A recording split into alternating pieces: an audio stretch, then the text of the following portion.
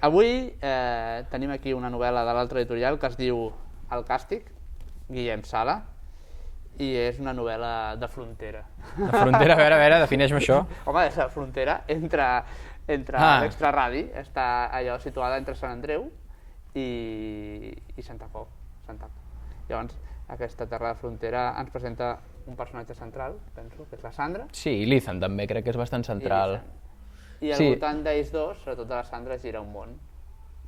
I hi ha un càstig.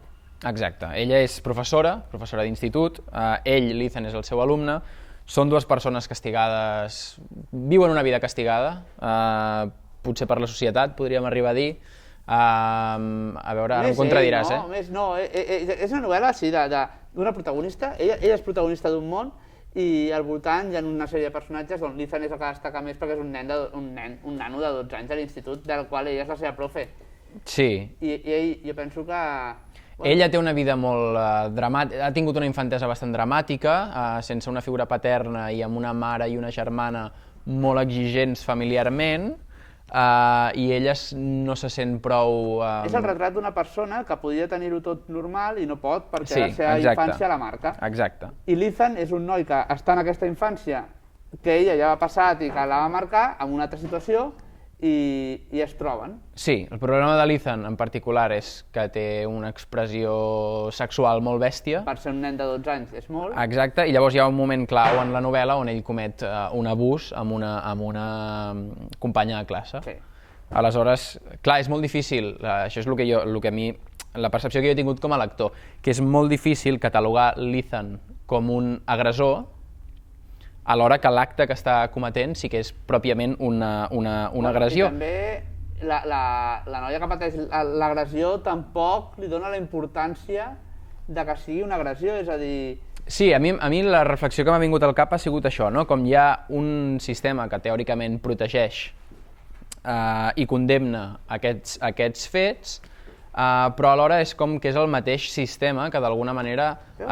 És curiós, perquè jo la història de l'Ethan per mi no tenia la importància que tenia la història de la Sandra, i jo he centrat tota la meva visió de la novel·la en ella. A mi la història de l'Ethan amb aquesta agressió que cometen la seva companya, dos nois de 12 anys, on ell... Sí, perquè no és una cosa central. Ell li fot mà fins a que ella sagna.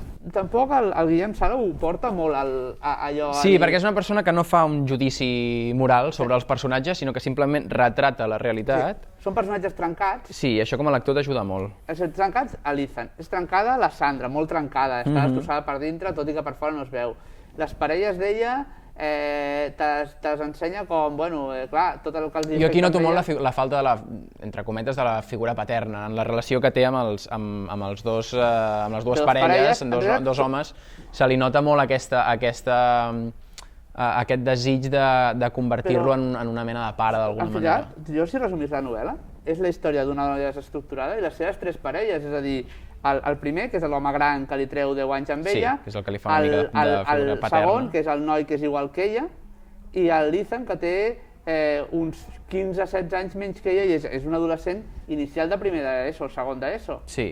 La relació d'ella amb aquests tres i com ella no pot suportar la vida. Sí, i llavors a mi també m'ha encuriosit molt, la novel·la té 4 parts, no? Una que és el primer trimestre, segon, tercer i les vacances, i durant les 3 primeres parts la novel·la té un toc arxisocial, va purament arran de terra, i en canvi la quarta part, ara no vull fer spoiler tampoc, però agafa una dimensió on els dos personatges, l'Ethan i la Sandra, es troben i aconsegueixen compartir i ajudar-se mútuament a intentar subvertir aquest càstig, no?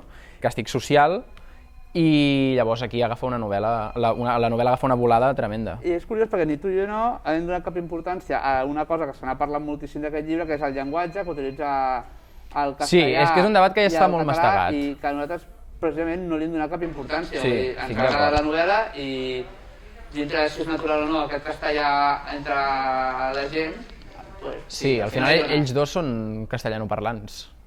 Al final l'orgànic és que entre ells dos també parlin castellà, és una situació de carrer. Al final una altra cosa és fins a quin punt això pot ser problemàtic o no, però vull dir, a nivell novel·lístic jo no li he trobat cap problema. És un dramón que funciona... Però amb bastanta llum i amb bastanta tendresa també, malgrat com comença i com acaba.